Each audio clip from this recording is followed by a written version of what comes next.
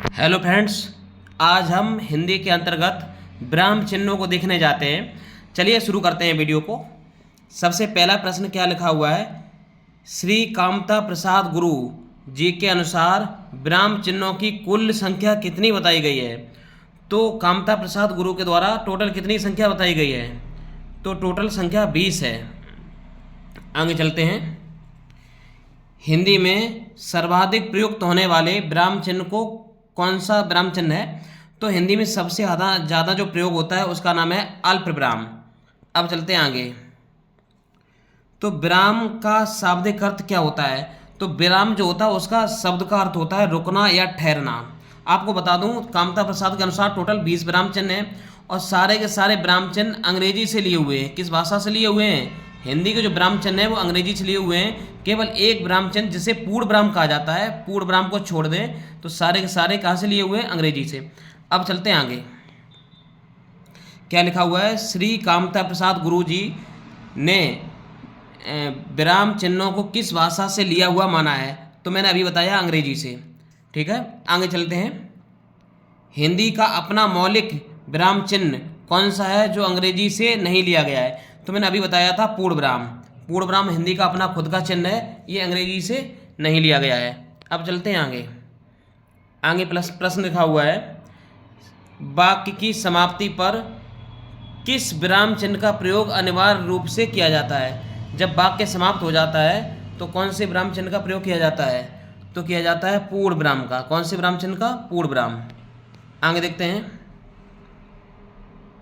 निम्नलिखित में से अल्प विराम का सही चिन्ह कौन सा है? तो अल्प विराम जो होता है उसका सही चिन्ह कौन सा है? कॉमा होता है। ठीक है, अब आगे चलते हैं।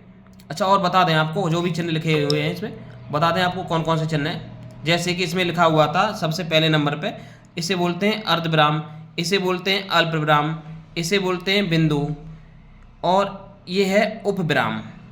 उप विराम। आगे चलते हैं। निम्नलिखित में से अर्ध विराम का सही चिन्ह कौन सा माना जाता है? तो अर्ध विराम का मैंने बताया था ये होता है, जे अर्ध विराम है, जे उप विराम है, और इसे योजक कहा जाएगा। क्या कहा जाएगा? योजक। अब चलते हैं आगे। उप विराम चिन्ह की सही पहचान कीजिए। तो उप विराम ये होता है जबकि ये प्रश्नवाचक होता है, और जे कौन होता है?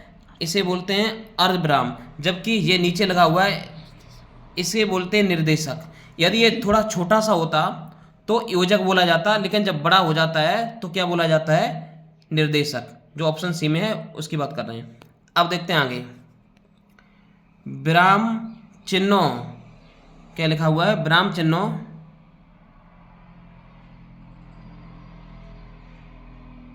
यह प्रश्न लिखा हुआ है, विराम चिन्हों के नाम और उसके संकेत के संबंध में कौन सा युग्म गलत है? इसे कोष्टक बोला जाता, सही बात है। इसे योजक बोला जाता, सही बात है। इसे लाघव बोला जाता, सही बात। इसे उद्धरण, बिल्कुल गलत। ये उद्धरण नहीं है, इसे अर्धविराम बोला जाता है। फिर उद्धरण कैसा होता? उद्धरण कुछ इस तरह से करके होता है। ठीक है, अब चलते हैं आगे। सुख दुख, माता पिता, दिन रात जैसे द्वंद्व समास के पदों के बीच कौन सा चिन्ह का प्रयोग किया जाता है? तो आपको बता दें, इसे जैसे सुख दुख के बीच में ये लिखा हुआ है ऐसा चिन्ह, माता पिता के बीच में भी यही चिन्ह, और दिन रात के बीच में यही चिन्ह, और द्वंद्व समास जो होते हैं उनमें ये चिन्ह लगता है। इस चिन्ह का नाम होता है योजक चिन्ह। क्या नाम होता है? योजक चिन्ह। जबकि इसको थोड़ा लंबा कर दिया जाए तो निर्देशक भी बोला जाएगा, जैसे ऑप्शन नंबर बी में लिखा है निर्देशक, लेकिन राइट आंसर योजक चिन्ह। आगे चलते हैं।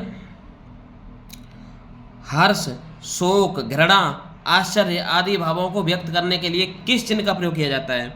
जैसे कोई बोले हाय कितना सुंदर, वाह, घृणा तो छी, इस तरह के शब्द हो तो इसमें होता है विस्मयादि बोधक। क्या होता है? विस्मयादि बोधक चिन्ह।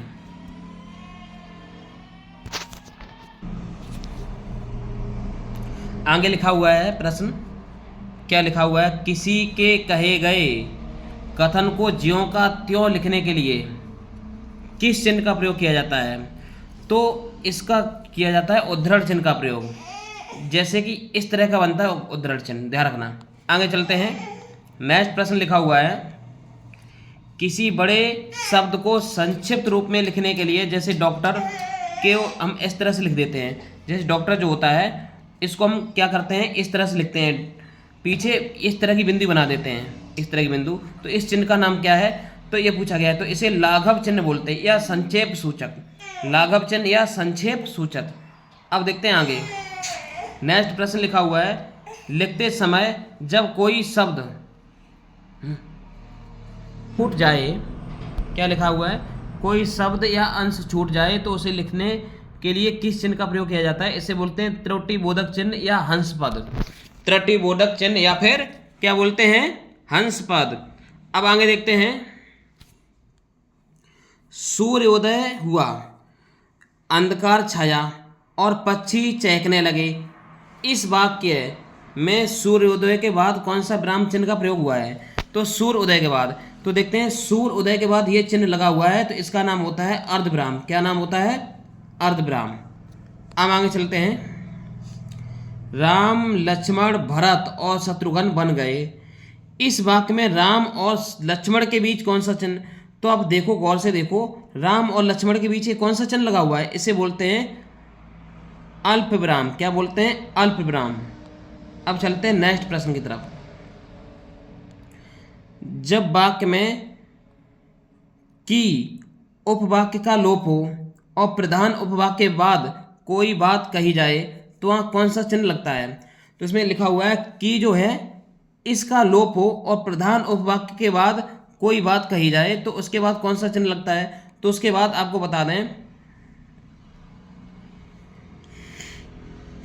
इसके बाद उपविराम, जिसे अपूर्ण विराम भी कहा जाता है, ये चिन्ह लगता है।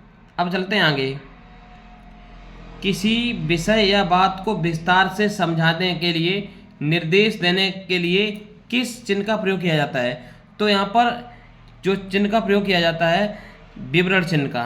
किस चिन्ह का? विवरण चिन्ह का, क्योंकि विस्तार से समझाना है ना, तो विवरण चिन्ह का प्रयोग किया जाएगा। अब आगे चलते हैं,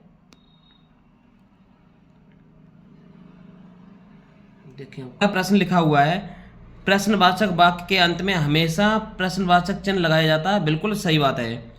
आगे देखते हैं, विस्मयादि बोधक शब्दों के तुरंत बाद विस्मयादि सूचक शब्द चिन्ह लगाया जाता है। बिल्कुल बात सही है। एक ही प्रकार के कई शब्दों को अलग अलग लिखने के लिए अर्धविराम का चिन्ह लगाया जाता है। बिल्कुल गलत बात। एक ही प्रकार के कई शब्दों को लिखने के लिए अल्प विराम का चिन्ह लगाया जाता है, जिसे कॉमा बोलते हैं, तो ये बात गलत हो जाएगी। नीचे क्या लिखा है? प्रत्यक्ष कथन को उद्धरण करने के लिए उद्धरण चिन्ह लगाया जाता है। बिल्कुल बात नीचे वाली सही है। अब चलते हैं आगे, हाँ मैं यह काम कर सकता हूँ। इस वाक्य में हाँ के तुरंत बाद किस चिन्ह का प्रयोग करना शुद्ध है? तो हाँ मैं यह काम कर सकता हूँ, हाँ के तुरंत बाद आप देख भी सकते हो कॉमा लगा हुआ है, तो इसे क्या बोलेंगे? अल्प विराम। अब चलते हैं आगे,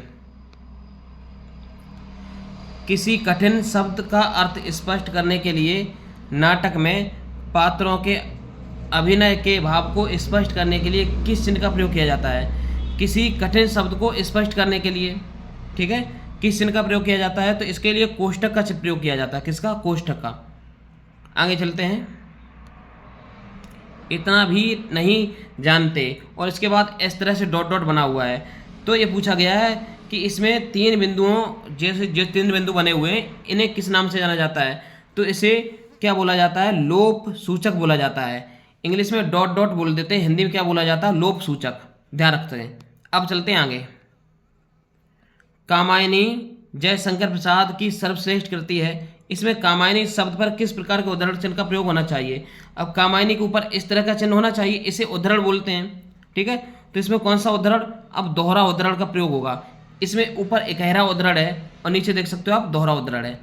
आगे चलते हैं, जब किसी वाक्य में शायद या संभवतः जैसे संदेहवाचक शब्दों का प्रयोग हो तो परंतु मन में गहरा संशय व्यंग प्रकट करना हो तो वाक्य के अंत में कौन सा चिन्ह लगता है? तो ऐसे शब्दों में प्रश्नवाचक चिन्ह लगता है। कौन सा चिन्ह लगता है? प्रश्नवाचक, क्योंकि उसके मन में संशय है, स्पष्ट नहीं है, संभव है, संभवता ऐसे शब्द, तो यहाँ पर वो कुछ पूछना चाह रहा है, इसलिए क्या लगेगा? प्रश्नवाचक। आगे चलते हैं, निम्नलिखित वाक्यों में से किस वाक्य में विराम चिन्हों का प्रयोग पूरी तरह से शुद्ध है? वह क्या चाहता है? अच्छा, वह क्या चाहता है। अब क्या चाहता है, देखो प्रश्नवाचक चिन्ह होना चाहिए था, क्या लगा हुआ है, इसमें प्रश्नवाचक चिन्ह नहीं दिया है, इसलिए ये क्या हो गया, गलत। आगे देखते हैं, वह क्या चाहता है, प्रश्नवाचक है, मुझे मालूम नहीं। अच्छा, बिल्कुल बी ऑप्शन सही हो जाएगा। आगे देखते हैं, वह क्या चाहता है, देखो इसमें यहाँ प्रश्नवाचक चिन्ह नहीं लगाया, वह क्या चाहता है, यहाँ भी प्रश्नवाचक चिन्ह नहीं है, तो इसका ऑप्शन बी लॉक किया जाए, कंप्यूटर महोदय। आगे चलते हैं, प्रिय महाशय, मैं आपका आभारी हूँ। इस पत्र लेखन के वाक्य में प्रिय महाशय के बाद किस चिन्ह का प्रयोग किया जाना चाहिए। अब देख सकते हो, प्रिय महाशय के बाद कॉमा लगा हुआ है, इसे हिंदी में क्या बोलते हैं, अल्पविराम बोलते हैं, तो अल्पविराम का प्रयोग किया जाएगा। आगे देखते हैं, योजक चिन्ह और निर्देशक चिन्ह के आकार और प्रयोगों के अंतर क्या होता है। तो मैंने अभी बताया था, क्या लिखा हुआ है, पहले योजक चिन्ह का आकार, योजक चिन्ह आकार में निर्देशक से बड़ा होता है, बिल्कुल बात गलत, जबकि योजक छोटा और होता है, निर्देशक चिन्ह आकार में योजक से बड़ा लंबा होता है, बिल्कुल बात सही है, ऑप्शन नंबर बी सही हो जाएगा इसका। अब आगे चलते हैं, निम्नलिखित में से किस वाक्य में विराम चिन्ह अनुचित प्रयोग हुआ है, यानी गलत प्रयोग हुआ है। उसने कहा मैं कल आऊँगा, क्या आप प्रयागराज के रहने वाले हैं, बिल्कुल सही। हाय अब मैं क्या करूं, यह भी सही है। वह कितना सुंदर दृश्य है, गलत बात, इसमें चिन्ह होना चाहिए था विस्मयादिबोधक, जबकि इसमें क्या बनाए हुए हैं, पूर्ण विराम बनाए हुए हैं नीचे वाले में, तो ऑप्शन डी गलत हो जाएगा। अब चलते हैं आगे, सत्य बोलना एक महान गुण है, परंतु इसके लिए साहस की आवश्यकता होती है। इस संयुक्त वाक्य में गुण के बाद अर्धविराम का प्रयोग क्यों किया गया है। बहुत अच्छा प्रश्न पूछ लिया इसने। तो अब इसे देखते हैं, तो पहला ऑप्शन क्या है, क्योंकि वाक्य में अत्यधिक ठहराव की आवश्यकता थी। आगे, क्योंकि परंतु अव्यय से जुड़े विपरीत अर्थ वाले वाक्यों के बीच ठहराव की अधिक आवश्यकता होती है, ऑप्शन नंबर बी इसका सही हो जाएगा। यदि कभी कभी ऐसा होता है कि आंसर आप न जानते हो, तो एक तुक्का लगाने का तरीका होता है। यदि आपको आंसर आता है तो तुक्का लगाने की आवश्यकता नहीं, यदि आंसर नहीं आता है तो ऑप्शन दिखा करो, सबसे अजीब ऑप्शन कौन सा है या सबसे बड़ा ऑप्शन कौन सा है, जैसे इसमें बी है। ठीक है, अब चलते हैं। अच्छा, वीडियो खत्म हो गई है, वीडियो को लाइक शेयर सब्सक्राइब करें, धन्यवाद।